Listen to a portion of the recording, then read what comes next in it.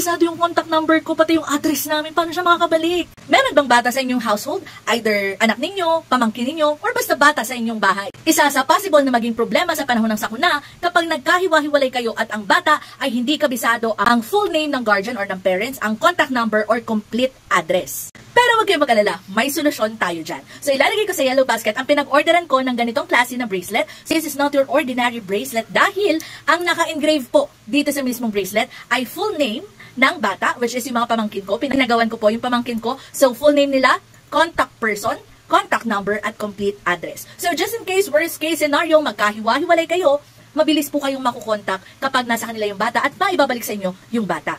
Actually, kahit hindi panahon ng sakuna, make sure merong ganito ang inyong mga anak or pabangkin or basta bata sa inyong mga household. Halimbawa, nasa mall kayo, mahilig magsiksik sa kung saan saang sulok ang mga bata.